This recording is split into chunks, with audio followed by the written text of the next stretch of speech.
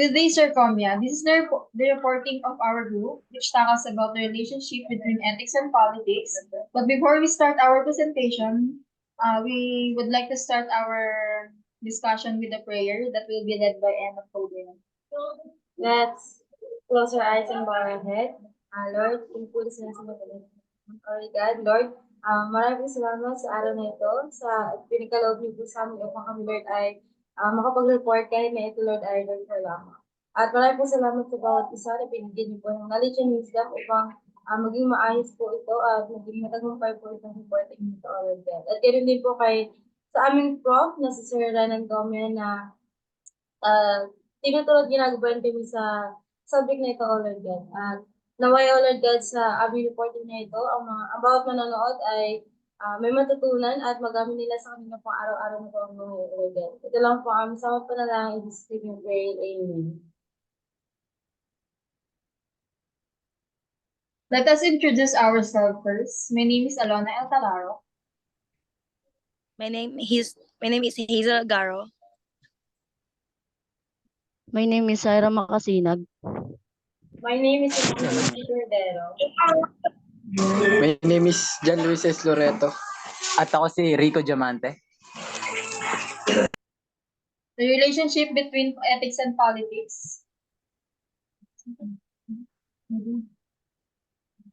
Abstract, which be led by Zaira Makasinan. Political action and ethical consideration are typically kept apart by politics, which is a fundamental human activity.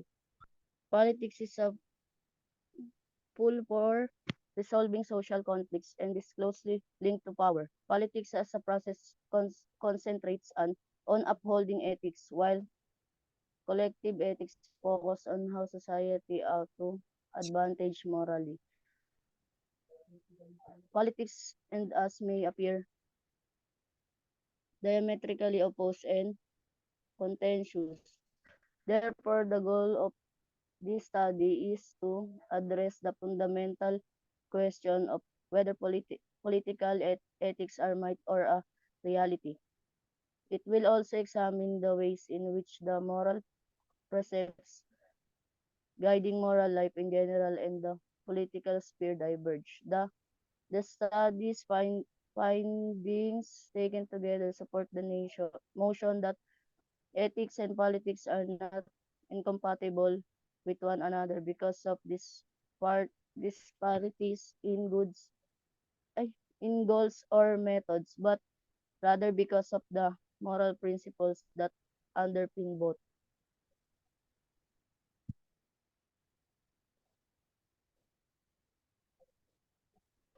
Wait lang. My explanation in this abstract, we will know the relationship between politics and ethics. When we say politics, it is about social power for resolution of conflicts within society, and ethics. And ethics is what is right and wrong. Political action is attained with a purpose by the use of power or activity in political party. It is organized by working people. Ethical consideration is about decision making of people wherein knowing their concerns and avoiding any harm to people as the result of their actions. The main objective of this study is to address the problem if the political ethics are myth or reality, and also to examine the ways in moral precept guiding moral life in general and political study. This study determined that ethics and politics are not compatible because of different objectives and approach, but they are related in terms of moral principles.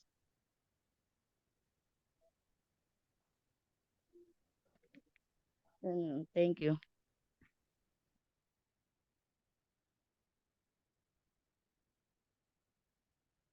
The relationship between ethics and politics, which gonna be led by Hazel Garo.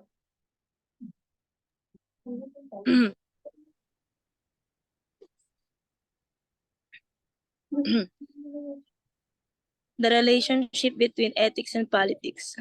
The relationship between politics and ethics is intricate and challenging. In general, they are often viewed as opposites. Politics is commonly linked with power and conflict resolution in society. While politicians may engage in activities that don't align with societal moral standards, ethics, on the other hand, is guided by moral principles and aims for societal progress in a moral direction. It considers both the end and means for addressing societal problem, assuming that ethical principles are universal. In contrast, politics is subjective, considering various and societal division. While politics addresses societal issue, it doesn't claim to offer ultimate solution. Essentially, ethics provides values to resolve societal problem, while politics navigates this issue with awareness of societal division. Uh, in first page, my explanation is akala ng politics is they can resolve the issue using power.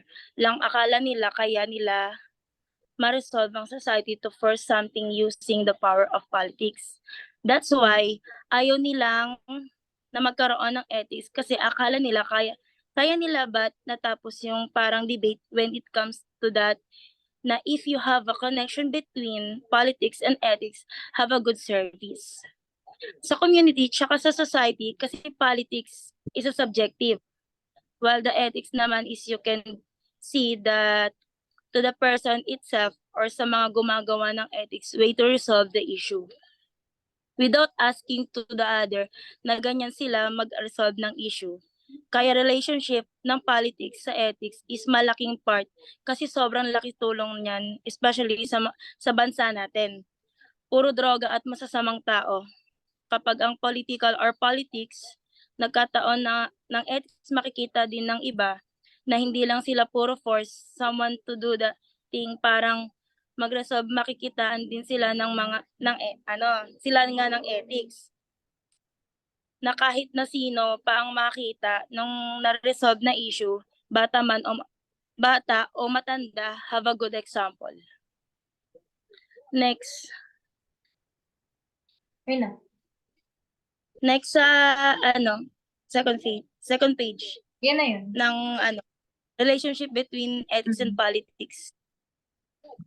The relationship between ethics and politics may appear conflicting at first. Historically, this divide has been reinforced, especially by political realists who argue that politics is about the active pursuit of power. According to them, nations engage in constant struggles to maximize their security and adherence to abstract ethical principle can constrain this pursuit. Figure like Machiavelli,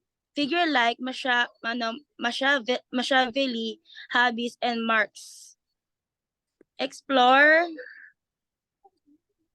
whether politics can stay detached from ethical consideration and examine the significance of ethics in political discourse. In essence, the debate revolves around whether politics can operate independently from ethical principles and what role ethics play in political discussion. Dito naman, kasi from the world itself, politics is usually yan is power, tapos conflict. Magulo when it comes to the society. That's why mahirap magkasama ng ethics in general nga, di ba? Sabi doon sa quotes is tinitignan yan as opposite kasi nga yung ethics have a good moral, have a good perception or thinking when it comes to the society or sa tao. Kasi ethics, inuuna niyan usually about sa value. So, I'm sure that's why they have the connection is dalawa silang nag-aayos or nag-iisip ng paraan para kung paano maayos yung problema sa isang society or sa isang community. Yan lang. Thank you. That's all.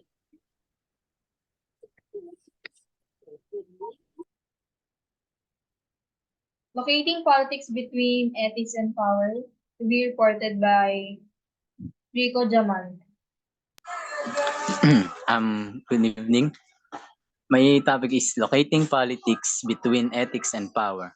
Throughout history, the meaning of politics has changed. Initially focused on a good life in a political settings, it now involves exercising power and responding to resistance. There are two views, narrow but about government action and broad including power dynamics in the different societies aspect. Ethics is crucial in government action to gain people approval. However, conflict arises due to diverse ethical beliefs. Political science examines morally just conduct, but determining what just is tricky due to varying beliefs. Second page. Paano nga second page? Yan. Basahin ko muna. Second page. Ayan na.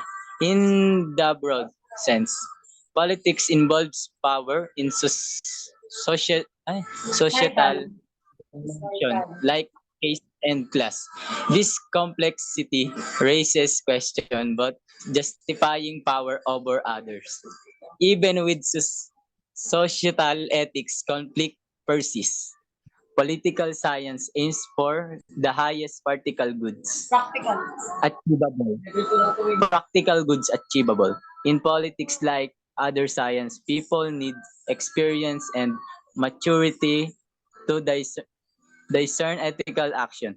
Achieving ethical conduct in politics demand scholarly is, ano yan, Scrutiny. scrutiny and understanding the complexities of human behavior and societal ethics yan. One example that illustrate the delicate balance between ethics and power in politics is the issue of campaign financing. In many democratic societies, political campaigns require significant funding to reach voters and convey message effectively. However, the pursuit of financial resources and the influence it can bring can create ethical dilemmas. Um, my question to my topic is what are my thoughts on the relationship between campaign financing, ethical, and power? The relationship between campaign financing, ethics, and power complex is on one hand, campaign financing is necessary for candidates to effectively communicate their message and compete in election. It allows them to reach a larger audience and convey their policy position. However, when money becomes a significant factors in politics, it can raise ethical concern. Then my other question is, do I believe there should be stricter regulation on campaign financing? Um,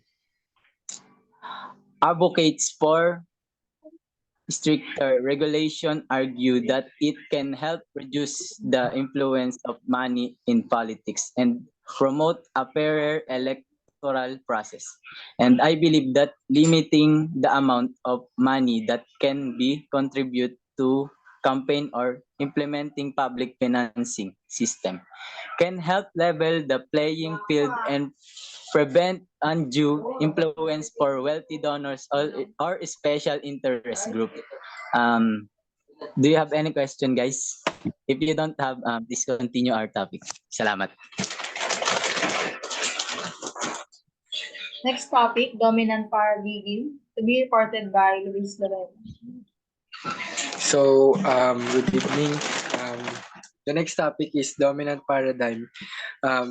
Political philosophy centered on ethical and normative issues is the term used to describe the earliest paradigm of political studies, which is in the Greek era. So, paradigm is uh, ito ibig sabihin nito is standard or perspective or set of ideas ng isang individual.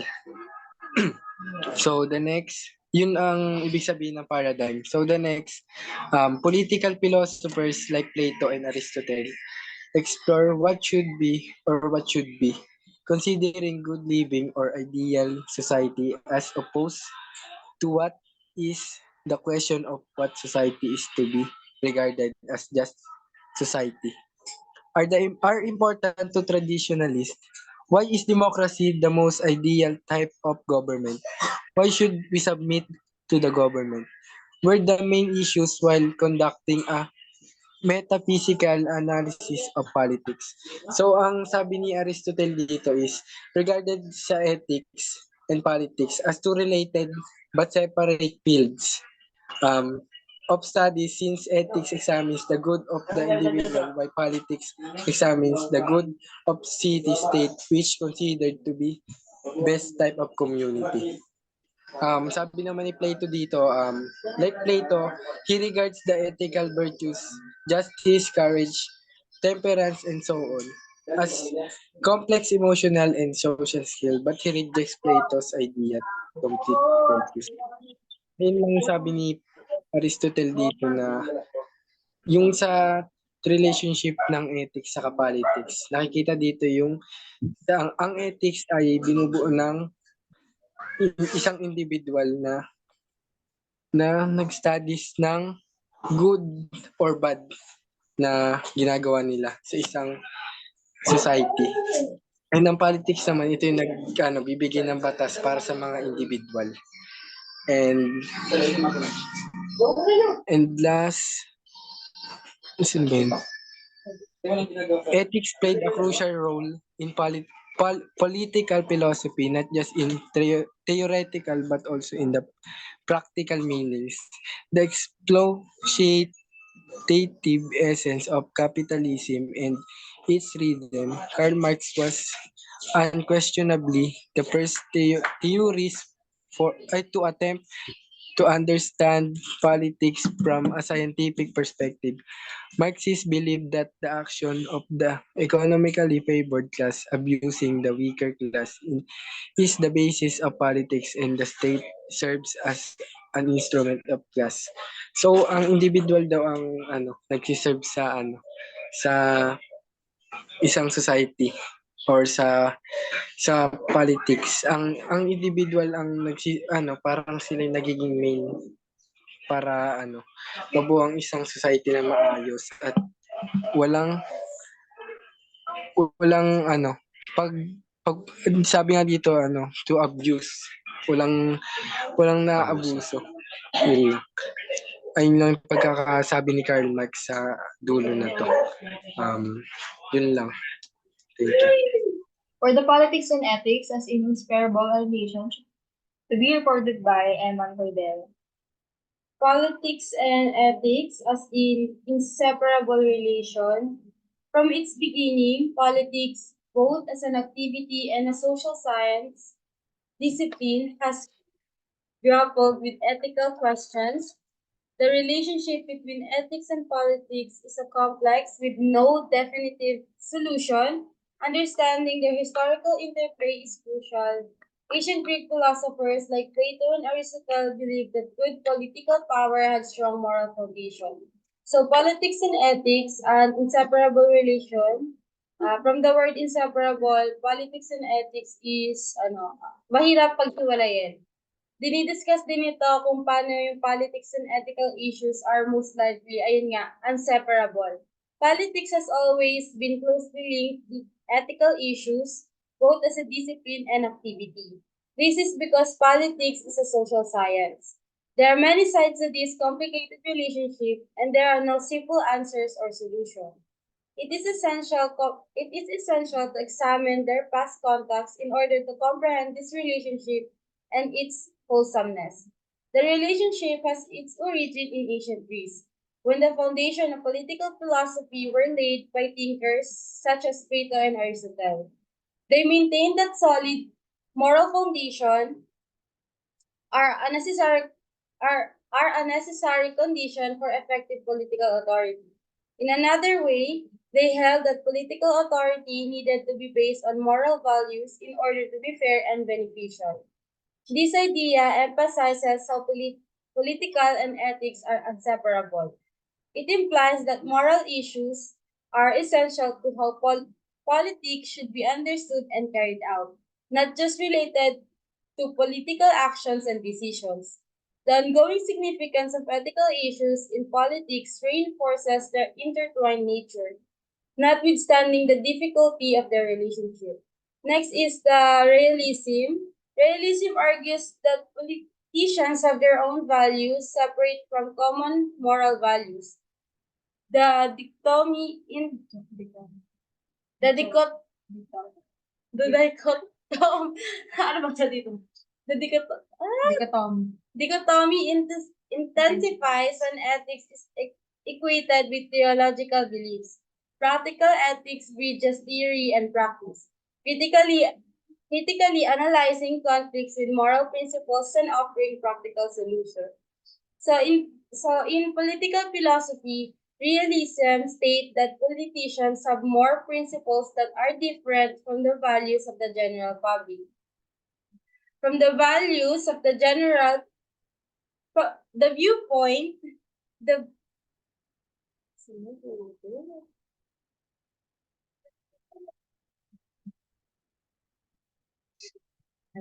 the viewpoint raises the possibility that the moral standards upheld by the majority of people may not agree with the belief that direct governmental activities and decisions. When ethics and theological ideas are combined, this difference is much more evident. The relationship between political and moral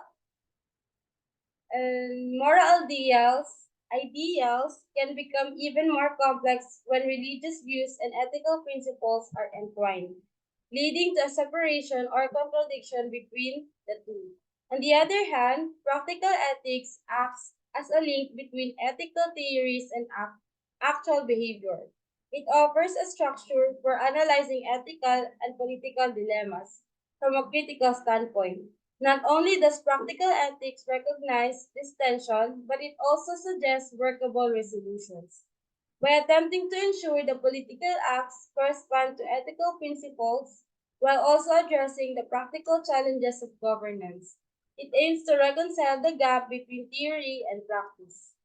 Next, politics. Politics, while focusing on the distribution of power, embodies societal values despite empirical trends. Politics is inherently subjective and grounded in ethics. The relationship is often misunderstood. Some reduce politics to morality, while others see them as independent.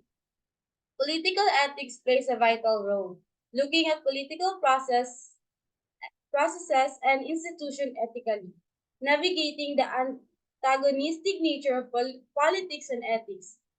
Ano ba sa? Bobbio and Bertelsen define political ethics as guiding political activity toward the common good and evaluating governance based on achieving collective interests. My explanation in this is the division of power is fundamental to politics, but it also represents and reflects society's ideals. Politics is still primarily based in ethics and is ultimately subjective, despite movement toward empirical or evidence-based approaches.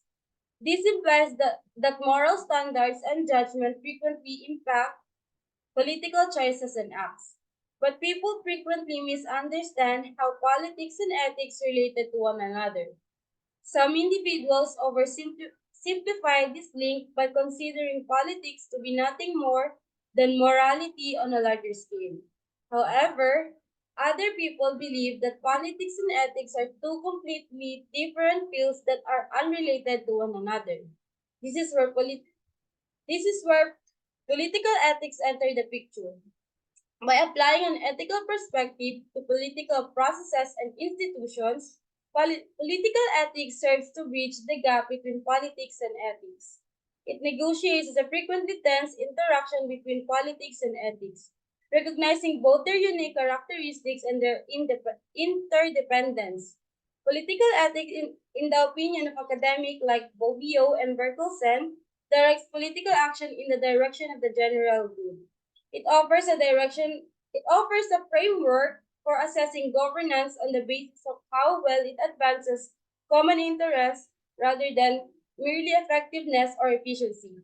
Political ethics thus serves to maintain the grounding of politics in ethical issues, so reaffirming the mutually exclusive relationship between the two. That's So in conclusion, the debate on how to resolve the conflicting relationship between ethics and politics remains open. There's no one-size-fits-all solution, and historically, scholars have interpreted this relationship differently. The common notion that politics deals with the public sphere and understand the power of dimension of society, while ethics belongs to the private sphere, is misguided.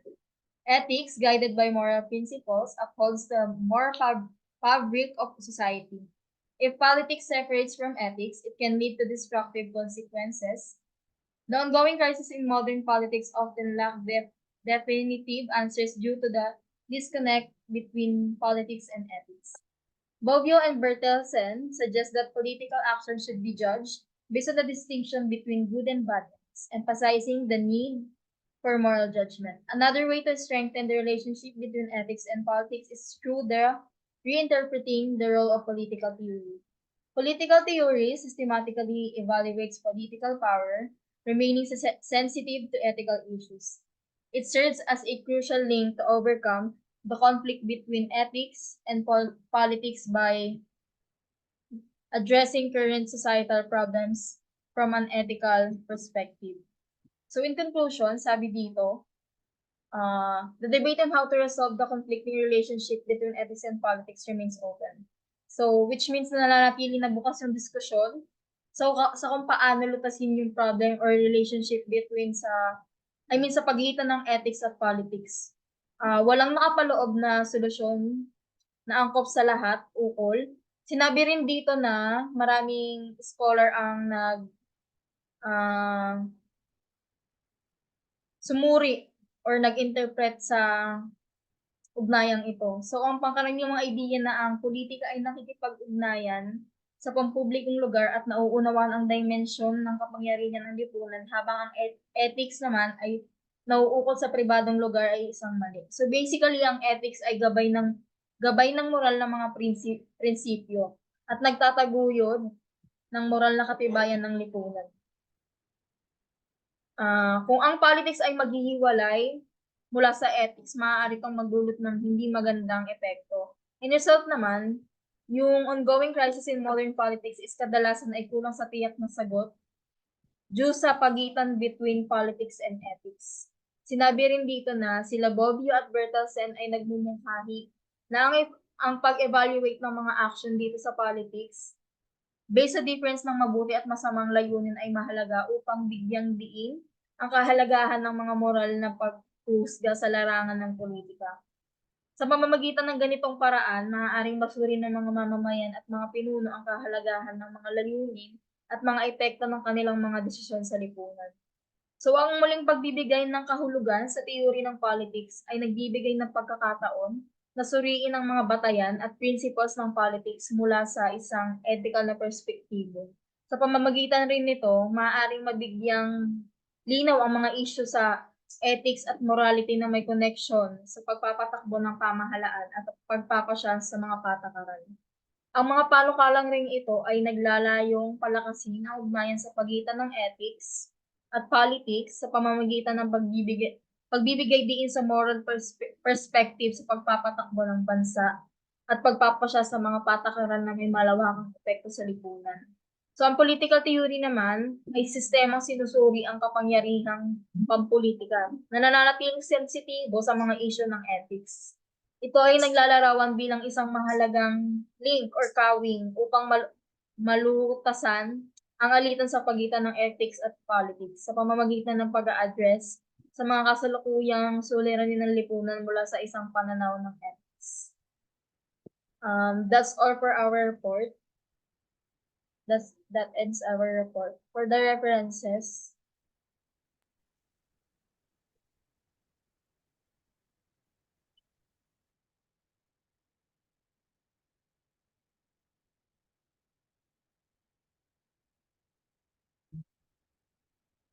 I think that's all for our report. I hope you understand. You learned our something. topic. Thank you. And have a Thank good you for watching. Thank you.